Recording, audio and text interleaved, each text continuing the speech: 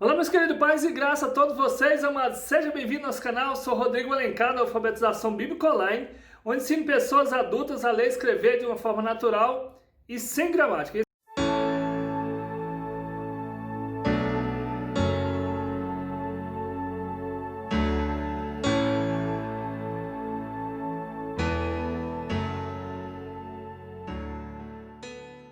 Nesse vídeo de hoje nós vamos dando continuação no nosso estudo, na nossa pré-aula para a Escola Bíblica Dominical. Essa lição, essa revista é do quarto trimestre, nós estamos agora em 2020. E o título dessa lição é A Fragilidade Humana e a Soberania Divina e o Sofrimento e a Restauração de Jó. Essa revista é estudo bíblico da CPAD, estudo para adultos. E agora nós alcançamos a lição de número 6, que tem o título também, A Teologia de Elifaz, Só os Pecadores Sofrem? Essa é a pergunta. E o texto dessa lição, que nós chamamos o texto de ouro, se encontra no livro de Jó, capítulo 4, versículo 7 e o versículo 8, onde está escrito assim: Lembra-te agora qual o inocente que jamais pereceu, e onde foram os sinceros destruídos. Segundo eu tenho visto, os que lavram iniquidade e semeiam o mal, cegam isso mesmo. E nós vemos aqui então, na verdade prática, diz o comentarista, embora transcendente, Deus tem prazer em se relacionar com o homem terreno. Aqui os versículos-chave para a leitura bíblica em classe se encontram no livro de Jó, capítulo 4, versículo de 1 a 8, também no livro de Jó, capítulo 15, versículo de 1 a 4, também no livro de Jó, capítulo 22 e o versículo de 1 a 5. Nós não vamos estar lendo para que o vídeo não fique muito longo, não fique muito cansativo, né? Mas que você esteja lendo na sala de aula com seus alunos, que o seu Deus venha abençoar, dando graça, sabedoria, força e entendimento em nome de Jesus. Queridos, o objetivo geral, diz aqui o comentarista, é destacar o pensamento teológico de Elifaz, né? Que faz uma defesa contundente da religião tradicional, segundo a qual somente os pecadores sofriam. Né? Que o primeiro tópico, diz o comentarista aqui, apontar a defesa de Elifaz, acerca, né, da justiça retributiva. O segundo tópico, mostrar a associação de Elifaz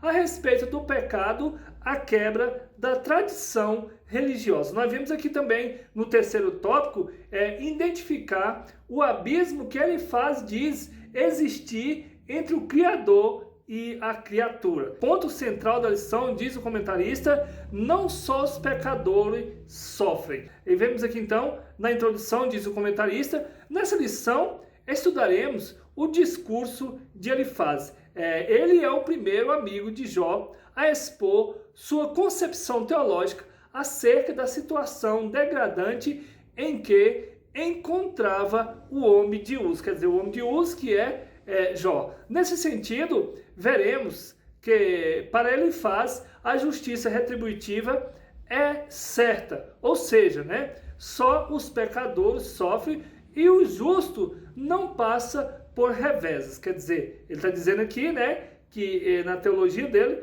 que só os pecadores sofrem, né, e que o justo não passa por problema nenhum. Para ele, Jó contraiu esse ensinamento, atacou a forma religiosa de pensar e, portanto, feriu a ortodoxa, né, que deveria guardar. Finalmente, veremos também as respostas de Jó a cada acusação de Elifaz. Que é o primeiro tópico, os pecadores no contexto da justiça retributiva. Veio aqui então o primeiro subtópico, diz aqui também o comentarista, a lei da semeadura e da colheita. Isso nós vamos ver então depois de firmar um princípio oriental de cordialidade, né? Elifaz se dirige a Jó com uma defesa contundente do pensamento teológico tradicional, né, a justiça retributiva. Ele está firmemente convencido de que a lei de causa e efeito é um princípio da ortodoxa teológica que não pode ser contraditado. Então aqui ele está indagando a Jó aqui sobre a tradição da lei que eles, né, têm ali. Então Jó se debate com ele aqui porque Jó não estaria no pecado, né? Que ele estava falando uma verdade, ele faz, mas só que Jó não estava com o pecado que ele faz, achava que Jó está. No segundo subtópico, o homem colhe o que plantou. Isso é uma verdade na lei, né? Essa primeira parte de seu discurso compreende os capítulos 4 e 5 do livro de Jó, em que defende que o homem colhe o que plantou. Na verdade, isso na lei, né, ele está falando verdades. Então aqui Jó está contendendo com ele, porque Jó não está com o pecado, para que essa lei, né, da tradição deles venha, né, acusar ali Jó. Segundo eu tenho visto, o que lavra iniquidade e semeia o mal, cegam isso mesmo. Veja só, no Jó capítulo 4 e o versículo 8. E ele faz aqui, o amigo de Jó continua, né? Para ele faz, nós habitamos em um universo moral que exige consequências de nossas ações. Isso aqui é verdade, né? Olha só, e ele diz aqui, a Bíblia mostra esse princípio, né? A Bíblia mostra, ele está falando aqui uma verdade.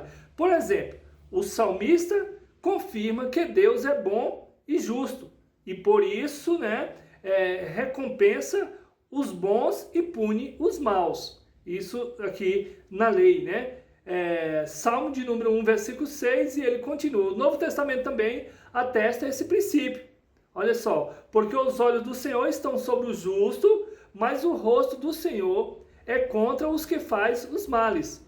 1 Pedro, capítulo 3, versículo 12, isso aqui é uma verdade que ele faz, está falando da palavra para Jó, né? Aqui ele continua, olha só, portanto, ele faz, defende que o pecado sempre produz consequências, verdade, mas que somente os pecadores pagam por isso. Aí já não é verdade. Assim, segundo ele faz, se Jó estava sofrendo, era porque havia pecado. Então, aqui ele continua julgando Jó, né? Por isso que nós temos que nos observar. Muitas das vezes a gente quer condenar alguém ou julgar, sendo que ele não está com aquele pecado. É isso que estava acontecendo com o amigo de Jó. Então aqui ele continua falando, cabia a Jó então assumir a responsabilidade moral de seu pecado. Olha só, não havia outra opção, ainda colocava, né, sem opção para Jó. Aqui o comentarista também está falando aqui uma pergunta: quantos são os que fazem acusações precipitadas quando alguém, né, passa por momentos delicados na vida? Então são muitas das vezes a gente faz uma acusação precipitada, né? A pessoa está passando por um problema na vida, né? Aqui no caso de Elifaz, ele estava fazendo essa condenação para Jó, sendo que Jó não estava com tal pecado, né? Que aqui foi o Senhor que tinha permitido que Satanás tocasse na vida e nos bens de Jó. Então é diferente, né? Não foi ele que procurou essas enfermidades, esse fracasso na vida dele, não. Isso foi o Satanás que pediu para Deus para tocar na vida de Jó, e Deus permitiu, né? Veja só, e aqui ele está julgando Jó, dizendo que ele está no pecado. Ao julgar precipitadamente, né, muitos cometem injustiça e esquecem de que Deus é quem pode ver todo lado da questão. Então, às vezes, a pessoa faz, né, o julgamento precipitadamente e esquece que Deus é que faz, né, o lado da questão. Deus é que sabe, né, qual o lado, onde é que ele está agindo. Terceiro subtópico, a queixa de Jó. Veja só, em sua defesa, Jó se contrapõe à teologia de Elifaz. Ele se contrapõe à teologia de Elifaz. O que Elifaz estava falando estava na Bíblia, na lei? Estava sim, só que ele estava falando, né, que Jó estava com pecado, e Jó, na verdade, não estava com pecado. Jó, capítulo 6, versículo 7, e essa teologia era a base de como se imaginava o universo governado por uma lei moral de causa e efeito. Então veja só, há uma recompensa para os bons e punição para os maus, né, aqui na lei. E Elifaz não estava de todo errado, ele não estava errado, mas equivocou-se quando pensava que esse pressuposto era o único existente. Então ele precipitou, e ele estava correto, né, porque estava na palavra, mas não era, né, esse o único meio que estava acontecendo com Jó, só dele ter pecado, né? Tratava de parte da verdade, mas não de toda. Veja só, não era toda a verdade. Sua teologia não se aplicava no caso de Jó. Então a teologia dele não se aplicava no caso de Jó. Continuamos falando que Jó não estava com pecado. Então ele diz aqui, o patriarca não aceita a tese de Elifaz e por isso sente-se alienado de Deus. Jó capítulo 6, versículo de 1 a 7, de si mesmo, ele se sente alienado de si mesmo. Jó capítulo 6, versículo de 8 a 13. E ele também se sente alienado de seus amigos, né? Jó capítulo 6, versículo 14 ao 23. E isso leva Jó a se queixar de Deus. Jó capítulo 6, versículo de 1 a 13, ele se queixa pela a sua atual situação que ele estava passando, né? Jó estava se queixando da situação que ele estava passando ali, né? Com enfermidade, e estava todo enfermo. É uma queixa fundamentada ainda nos antigos pressupostos teológicos, né? Que ele estava com ainda essa teologia. Ele era justo e não estava em pecado, portanto, não merecia sofrer. Em seguida, Jó se queixa a Deus. Jó capítulo 7, versículo 11 ao 21. Desejando abrir uma porta de diálogo com o Altíssimo. Veja só o que Jó estava querendo. Ele não quer explicações baseadas em teorias teológicas antigas, mas uma conversa sincera através de um relacionamento direto com o Criador. Veja só, onde Jó fala com ele e Deus fala com Jó. Então Jó estava procurando uma porta, né, um meio para que Deus viesse falar com ele, e ele falar com Deus e Deus falar com ele também. No momento da dor, a melhor coisa a se fazer é dirigir pessoalmente a Deus. Então a melhor coisa que nós podemos fazer não é nós ir procurar teologia, não é nós ir procurar, né, em outra fonte, é ir diretamente a Deus, que é o que Jó, né, estava fazendo. Síntese do tópico 1, o resumo do tópico 1, Elifaz traz a lei retributiva da semeadura e da colheita, mas Jó contesta essa lei em relação a si mesmo, porque como ele não estava com pecado, então essa lei não estava, né, de acordo, né, com o que estava acontecendo com Jó. Nós vemos aqui então o segundo tópico, os pecadores no contexto da tradição religiosa. O primeiro subtópico, a ortodoxa engessada. Veja só, em seu segundo discurso, Jó capítulo 15, versículo de 1 a 35, Elifaz, né, o segundo discurso de Elifaz argumenta que as palavras de Jó são uma ameaça ao dogma religioso aceito, que era o que eles acreditavam, né, que era, né, a tradição deles, que estava na lei, na verdade. E tu tens feito vão o temor, diminuis, né, os rogos diante de Deus. Aqui ele está falando que Jó então não estava, né, obedecendo de acordo com o que estava lá na palavra, mas lembrando que Jó não estava com o pecado que Elifaz imaginava. Jó capítulo 15 e o versículo 4. Assim, se Jó estivesse certo, a religião tradicional, quer dizer, a religião que eles tinham na tradição deles, que sempre ensinou a prosperidade dos bons e o sofrimento dos maus, estaria errada. Olha só, nesse aspecto, Jó era uma ameaça àquela forma de pensar. Então, nesse aspecto, Jó estava fazendo uma ameaça ali, né? Vivendo uma ameaça à forma de pensar, do credo deles, né?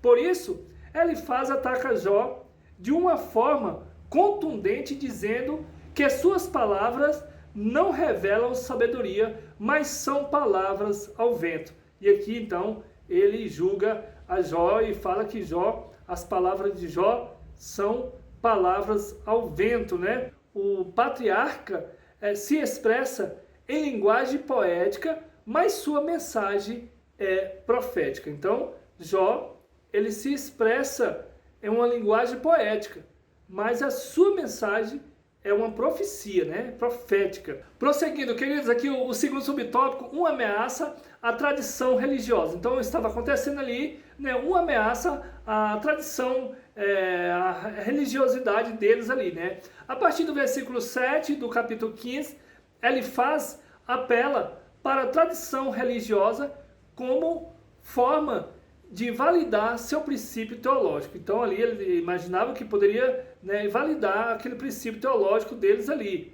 Aqui ele faz pergunta para Jó ali, questiona Jó, né? Que sabe tu que nós não saibamos? E ele continua, que entendes que não haja em nós? Também há entre nós encarnecidos e idosos, muito mais idosos do que teu pai. Jó capítulo 15, versículo 9 a 10, e ele continua. Segundo Elifaz, ainda que fosse homem sábio, Jó não era mais sábio e nem mais antigo do que o dogma que ele estava negando, né? Ele está falando aqui que Jó estava negando o dogma deles, né? A crença deles, né? E que Jó não era mais antigo do que o dogma que eles seguiam ali, né? A tradição deles. Aqui no terceiro subtópico eles continuam um defensor celeste.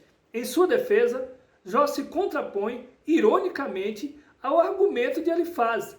Jó, capítulo 16, versículo de 1 ao 17, aqui não podemos esquecer de que a resposta de Jó deve ser ouvida na forma poética, conforme o fazemos em salmos, orações e súplica receitados assim. Isso evita um literalismo rígido que empobrece o sentido do texto, quando este é poético e, consequentemente, transforma Jó em um sacrilégio. Continuando, nesse texto, Jó reclama, mas não blasfema contra Deus. Então, aqui nesse sentido poético do texto, né, Jó aqui reclama, né, da situação que ele está vivendo, mas ele não blasfema contra Deus, quer dizer, não peca contra Deus. Ele tem consciência de que a teologia de seu amigo firmava-se na terra, mas o homem de Uz, né, apelava aos céus. Então, Jó ele tem consciência, né, de que o homem, né, que a teologia dele firmava na terra, estava tendo essa firmeza aqui na terra, mas o homem de Uz, que é Jó, ele apela para os céus, apela para Deus. Então, queridos, nós temos então essa luz. Veja só, aqui o salmista mesmo, quando ele estava lá no Salmo de número 121, quando ele estava em apuro ali, que ele não tinha saída, então o que ele faz? Ele diz, eleva os meus olhos para o monte, de onde virá o socorro, o nosso socorro vem do Senhor, que fez os céus e a terra. Então é isso que Jó está querendo que o amigo dele aqui entenda, né? Que nós também venhamos entender, porque tem uma luz para nós, e essa luz é Jesus. Olha só, queridos, por isso que nós temos que conhecer a graça, a misericórdia de Deus. Nós somos salvos pela graça do Senhor. Olha só, lá no Evangelho de São João, capítulo 1 e o versículo 17, onde está escrito que a lei veio por Moisés, né? Mas a graça e a verdade veio pelo Senhor Jesus. Então, o Senhor Jesus, quando ele veio com a verdade, primeiro ele veio com a graça veio na frente, né? Porque os homens não iam entender, então Deus ele quis salvar. Então, primeiro ele vem com a graça. Aqui o que acontece é que Jó, ele apela para essa graça do Senhor Deus. E Jó então apela para essa misericórdia, para essa graça do Senhor Deus, né? O qual o Senhor Jesus trouxe para nós. E primeiro ele veio com a graça para nós, e aí a verdade. E Moisés então, o homem veio com a lei. E ele continua aqui, sua fé o projeta para o alto, à procura de quem possa defendê-lo. A fé de Jó a projeta para o alto, enquanto, né, Elifaz não estava entendendo. A procura de quem possa defendê-lo, né? Nós temos que atentar para o alto, ele que pode nos atender. Ele quer um defensor que interceda por ele no céu. Então é isso que nós temos que fazer, igual o salmista disse, né? Leve meus olhos para o monte, onde vai o socorro. Nosso socorro vem do Senhor. Então nós vemos aqui no livro de Jó, capítulo 16, também o livro de Jó 18, de 1 a 17, e também no capítulo 2. Prosseguindo, o patriarca se expressa em linguagem poética, né? Ele se expressa em linguagem poética, mas a sua mensagem é profética. Qual é a profecia que ele está ali profetizando? Olha só, seu anseio por um mediador prenuncia o justo advogado Jesus Cristo. É 1 João capítulo 1, versículo 5 e versículo 7. Então aqui, né, ele falava em forma poética, mas era uma mensagem profética que o anseio dele, né, prenuncia quem? O nosso advogado Jesus Cristo, por quem Jó também já clamava. Síntese do tópico 2, o resumo do tópico 2, diante do novo discurso de Elifaz, Jó reclama, mas não blasfema contra Deus. Dando continuação então, o terceiro tópico diz aqui os pecadores diante de um Deus infinito. Veja só, primeiro subtópico, Deus não se importa com quimeras humanas. Veja só, o terceiro discurso de Elifaz, aqui em Jó capítulo 22, Elifaz apela para a transcendência divina ao atacar Jó. Ele quer atacar Jó de qualquer forma, né? E que ele venha estar correto, né? Grosso modo, a transcendência diz respeito ao conjunto de atributos do Criador que ressalta a sua superioridade em relação à criatura. Porque aqui a transcendência divina mostra os atributos do Criador, né? Que ele tem superioridade, né? Ele é supremo sobre a criatura. Significa que Deus está acima da criação e não é limitado por ela, porque Deus, ele nos criou, ele criou os céus e a terra, então ele não é limitado pelos pensamentos, por nós, né?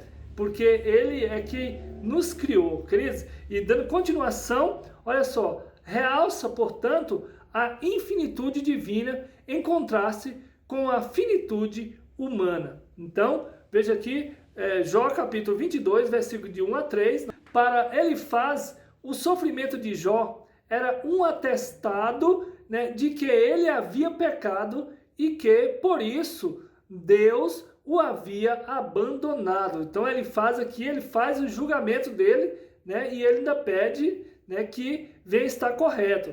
Ele era grande e não poderia se envolver em quimeras humanas, né? Quer dizer aqui que Deus era tão grande que não poderia olhar para o pequeno Jó, principalmente do pecador Jó. Olha só, então aqui a teologia dele, de Elifaz, Deus não poderia olhar, porque a grandeza dele não poderia olhar para Jó. Veja só, a teologia de Elifaz destaca um Deus transcendente, quer dizer, muito distante, porém distante, que não se importa muito com o que acontece aqui na terra.